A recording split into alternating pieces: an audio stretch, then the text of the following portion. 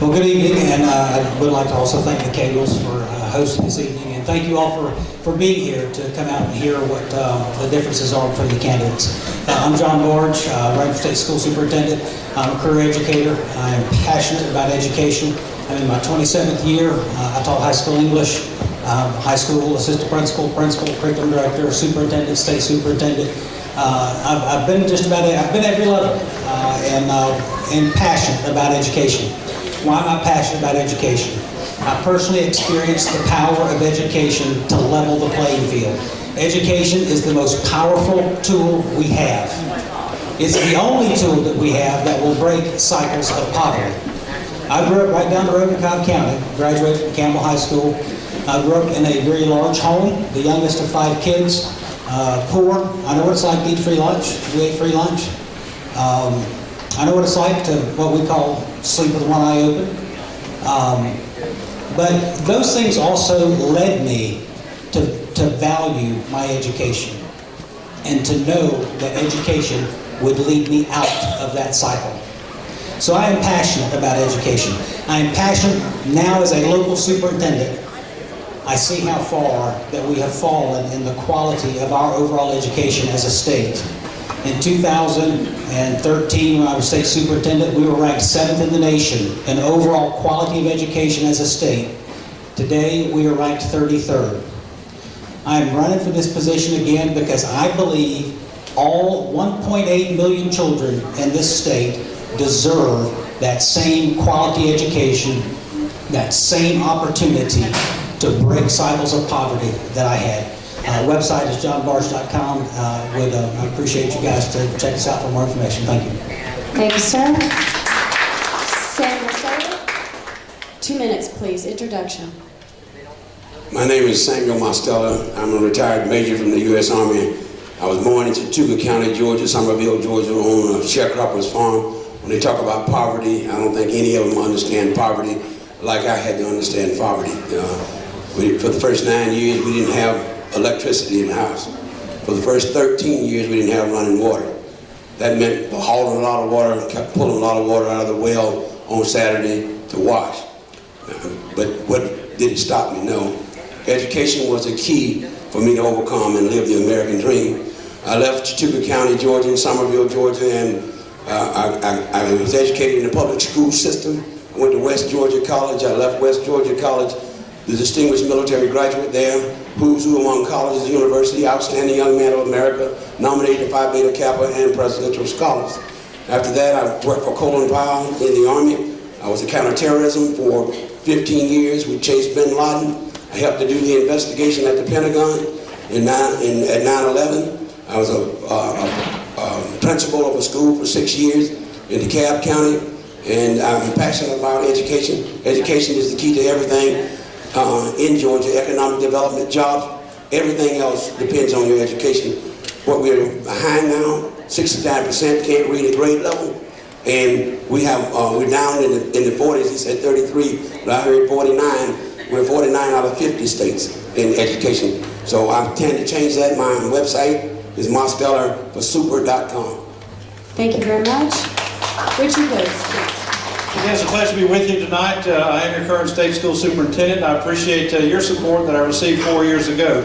And 4 years ago, I made a commitment to you, the citizens of Georgia, to make sure that we once again focused our education on children and not a test. Since that time, we have seen the largest reduction of state-mandated testing in our state's history. We have put that focus back on our children. We have allowed our teachers to once again teach by rolling back onerous, observations in which we as a state said that every single teacher had to have the same amount, putting them in the same box. But also we've given our kids great choice and opportunity. One of the things I've looked at and made sure that we have focused on is making sure that we no longer say that every child needs to go to a 4-year university. Because as an individual who started out his education in the VOTEC school, I know the strength of vocational training. We in Georgia have become a national leader in the career tech field. This past year we had 20,000 internships taking place throughout the state. We also had roughly about 35,000 industry credentials. But we are giving our kids choice and opportunity as like no time before. STEM and STEAM education as science, technology, engineering, math. again, opportunities that expand economic development and also provide our kids with great opportunities in life. We will continue that move. We are moving forward, and I think the record is very clear. We're not talking about reports, but we are talking about results, and you can see that we have results in the state of Georgia since taking the term. Thank you. Thank you. Gentlemen, we have a few questions that we'd give each of you 2 minutes to respond to. Let's start with Richard Woods. The first question is, every parent I know is frustrated by Common Core and Georgia Milestone. Do you have any alternatives to this solution? Well, in fact, since taking office, one of the things we do actually have is the Innovative Testing Task Force. That is something that we did on our own. And again, no other administration is looking at it. We were looking at flexibility to look at options that can replace the milestones. Because again, whether you talk about milestones, CRCT, or either the Iowa, we're talking about an autopsy type report. We need to have a formative system that allows our teachers to take information, use that information in real time so that we can make the very best. Now, in regards to Common Core, I have consistently been against Common Core. I have not embraced it. I have not, I fought against the adoption. Again, we still have Common Core in 2 areas. That is English Language Arts and Math. The State Board of Education, against my objection, adopted Common Core standards. And again, it is my intent that when those standards come up, we will repeal those standards and put them underneath us. We have not adopted any other standards except those that have been Georgia-owned and Georgia-grown by our teachers. And that is our commitment, that we are going to make sure that we own the process. We will not turn over Common Core or any part of Georgia education to anyone that is a corporate, privateer. And again, one of the things I think that would be the greatest move for us and prevent this from happening is really to do away with the Department of Education at the federal level. We need to control the education system in Georgia, and that is constitutionally based. And I think we can do a good job with that. And again, my commitment is to make sure, as I said, just 4 years ago, I was against Common Core. In 2010, I said I was against Common Core.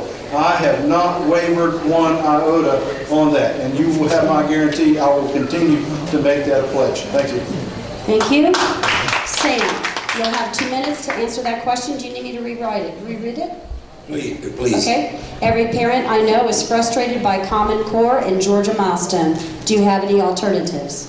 I think that we didn't have Common Core when I was coming through the school system, and I don't think it's necessary now. What we've done is intruded upon education and tried to make it rocket science. Not rocket science. I've got a first grade teacher that she's 93 years old now. And when I went up to talk to her, she said, Sam, you need to help us get rid of Common Core, help folks to get out of local control, the school systems. We need to do some things about centrally planning and decentralized execution. When we do it that way, everybody's included and nobody's excluded. What we've got to have is we've got to have our students where they're able to read. People talk about STEM and STEAM, but at the fourth and fifth grade level, they cannot read. I'm talking to the admissions officer at Georgia State about 3 weeks ago, and she was telling me that, look, when we get these students to Georgia State University, they cannot read enough to pass the test. So even though we're graduating more, they still can't read well enough. So we've got to get back to the basics, back to the 3 R's, and make it simplified, because it's not rocket science to teaching. It's just those simple folks doing the hard work in those classrooms and giving the teachers room to do it. Thank you, sir. John? Sorry for waving up here, but I got a mosquito that's like in my bald head. So. He's back. Let's tackle the assessment piece first, and we'll go to the Common Core. When I was state superintendent previously, the previous superintendent and board had adopted the Common Core prior to my coming into office. So I was kind of in charge of making sure that got implemented. I didn't like it, but it was already a done deal for us. So we move on. All right. The biggest issue for me then was the assessment piece, and I don't know if you guys remember. But we were part of a testing consortium, a national testing consortium, the Partnership for Assessment of Readiness in College and Careers. And you all, there is absolutely 100% truth to the assumption that what gets tested gets taught.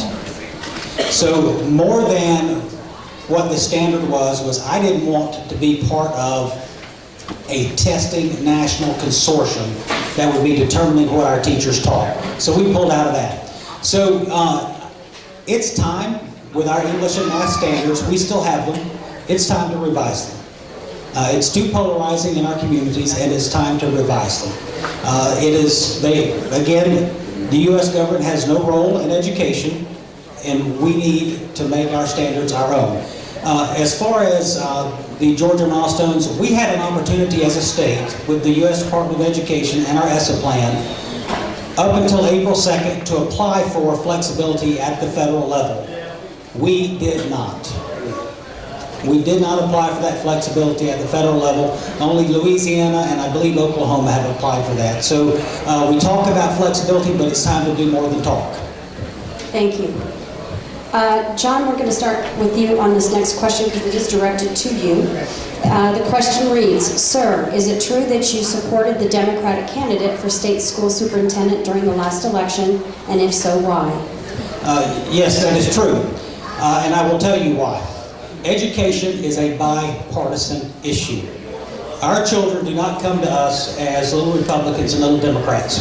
We have 1.8 million of them in this state, and a majority of them are in poor school districts. I am a superintendent of a poor school district. 100% of our students eat free lunch. Where we are headed as a state in education right now is the wrong direction. When you slide in 4 years from 7th in the nation in overall quality to 33rd, you're heading in the wrong direction.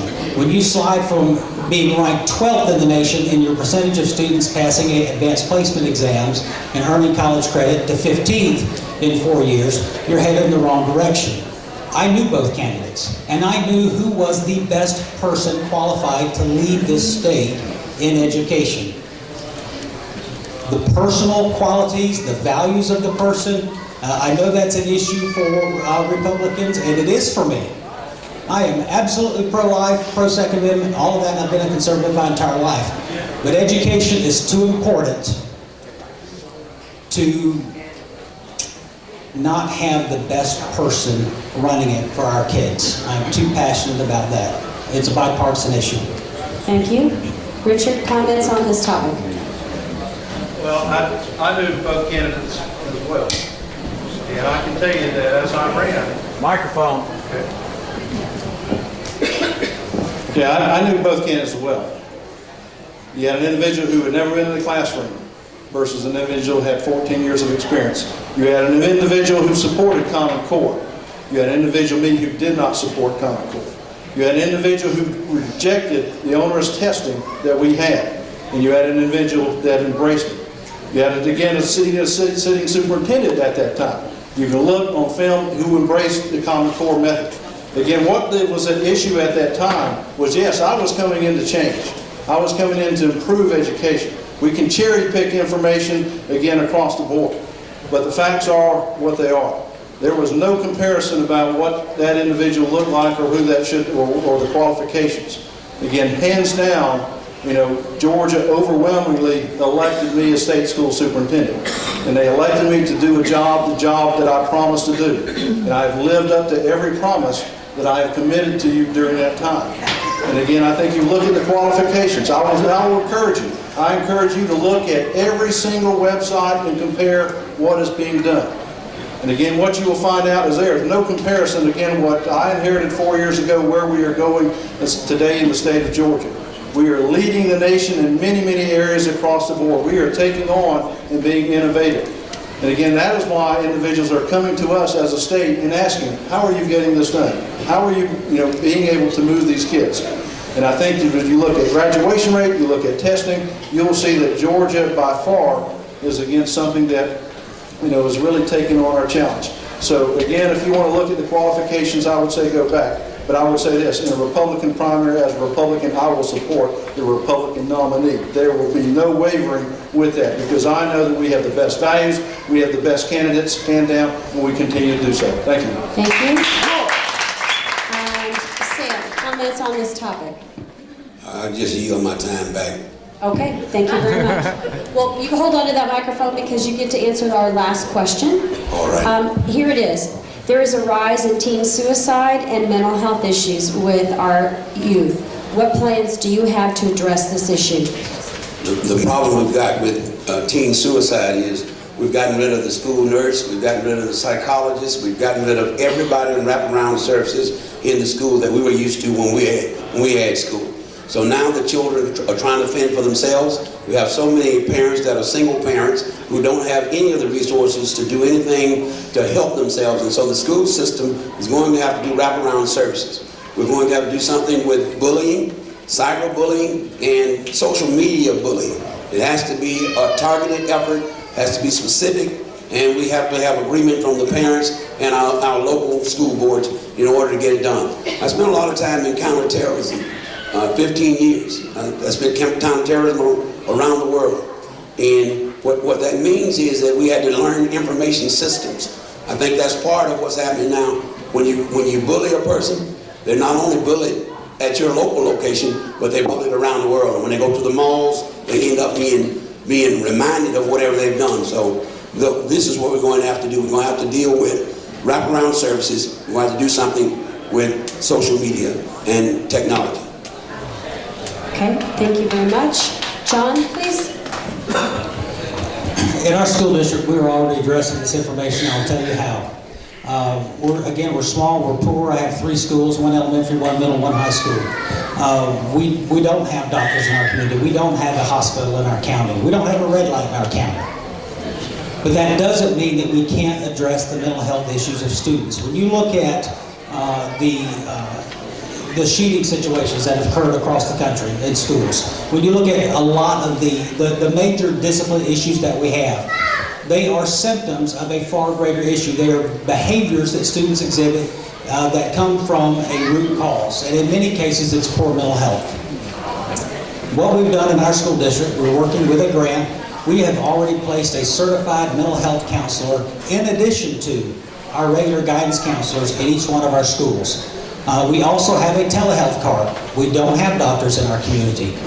So we have children who are seen by mental health specialists who are certified in our schools, and if there's the need for a psychologist, they go to the telehealth card, and they can see a psychologist in another community using the telehealth card.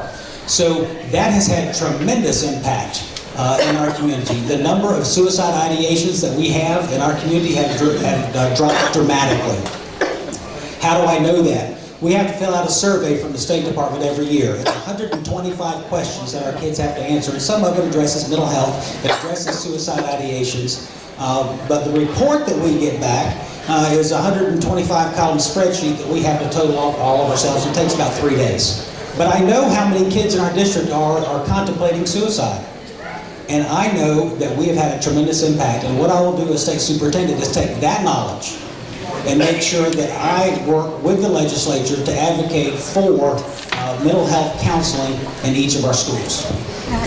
Thank you. And Richard, response to the question, please. Well, currently what we are doing is we're looking at, we have actually a pilot that addresses how local schools can spend Title I funds. That's, again, funds coming from the federal government. This is an area in which, again, we can help supplement what is going on at the local level to ensure that we are meeting mental health needs of our students. You know, also as we begin to look at this process, it is one in which we have actually, located enough money that's been sitting on the shelf to increase our school nurse program and our school nurses throughout the state. So again, with that, we hope to even have the ability to expand, social work and mental health specialists as well.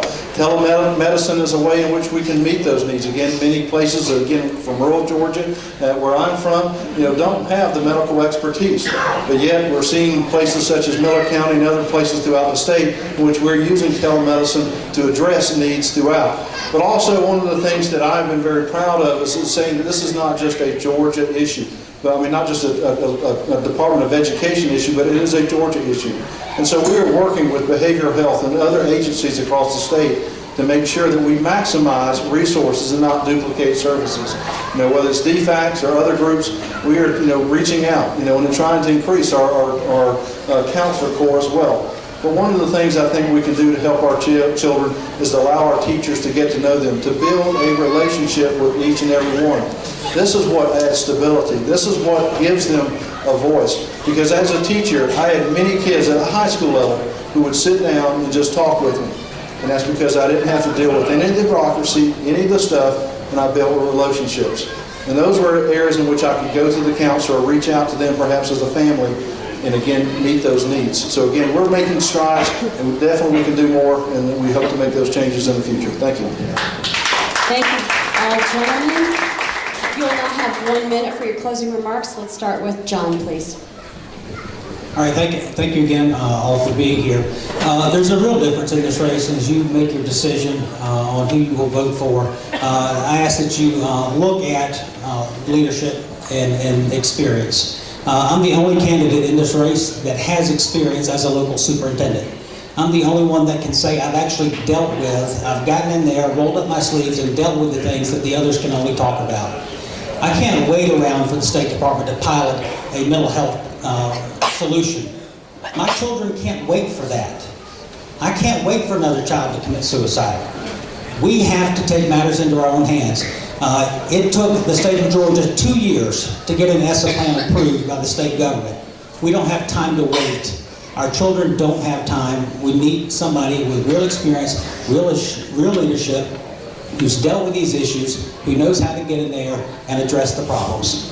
Thank you, both John Barge, and look at our website, johnbarge.com, for more information. Thank you, John. Sam? I think I'm the only candidate that's been the principal of the school, the headmaster, and the superintendent of schools. I had to raise the money. I was a principal and a headmaster at a school with about 30 teachers, and I had to raise that money every month. We're long beyond $1 million a month to keep the school open. So I know how to handle those kind of situations. Our problem in Georgia is not money for the schools, it's been leadership. It's been leadership at the state, it's been leadership in our local superintendents and schools. I'm the only candidate with enough independence to go in and enough understanding to go in and make the changes that are necessary. Everybody else is tied to somebody else, and everybody else has had their chance. If you really want change, you'll put Mosteller in for the superintendent of schools, because I really intend to make the changes. Thank you, and Richard, please. Again, I want to thank our host tonight, and again for you for bearing with us and taking your time to come out and just to listen. Again, I look at the record that I've been able to amass in a little over 3 years, and I think you look at what was done in the previous administration. There are distinct differences. To say that I now want to come back and have a second chance when you had the chance 4 years prior. This is why I've not wasted that opportunity. We continue to move forward. The highest graduation rate in our state's history. State testing continues to go up. More and more kids have opportunity like never before. And so we cannot afford to reset once again, but we have to continue to move forward. Again, I encourage you to go and look at the website, woodsforsuper.com. Instead of 1 minute, I could talk easily for 1 hour of the accomplishments that have been done. So again, thank you. I look forward to representing you again for the next 4 years. Thank you very much. Thank you, gentlemen.